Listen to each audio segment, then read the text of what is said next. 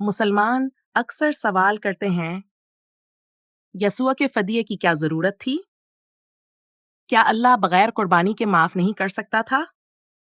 लेकिन यही सवाल खुद उन पर भी लागू होता है।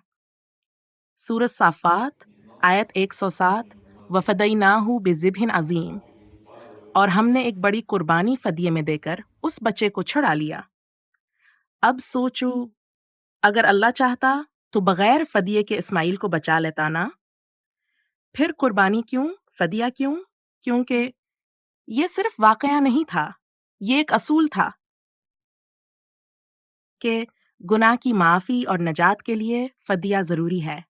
तो जब अल्लाह ने खुद फदिये का असूल दिया, तो यसू के फदिये को कैसे रद्द कर सकते हो? क्या अल्लाह का कानून वक्त के साथ बदल जाता है? सोचो और कमेंट्स में अपनी राय दो।